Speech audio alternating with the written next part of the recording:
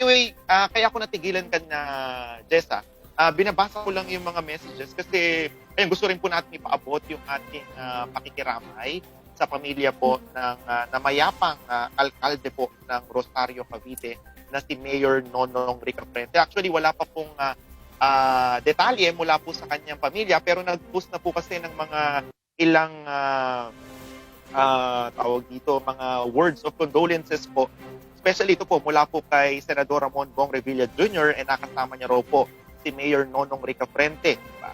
Itinuring niya po pong isang tunay na katuwang sa paglilingkod, hindi lang daw po syempre sa bayan dyan sa Rosario, kundi maging sa provincial kasi po nakatrabaho ni Senador Bong Revilla si Mayor Nonong Rica Frente bilang provincial administrator noong si Bong Revilla po ang gobernador ng lalawigan. Ayan, damang-dama daw po ng ating mga kalalawigan na magandang pagbabagong dulot ng kanyang pamumuno. Mula po dito sa pamunuan, syempre po ng Balitang Tansenyo, pati na rin po sa lokal na pamahalaan ng Tanza, ang aming pong lubos at taus-pusong pakikiramay po sa mga naiwan at mga nahulila po.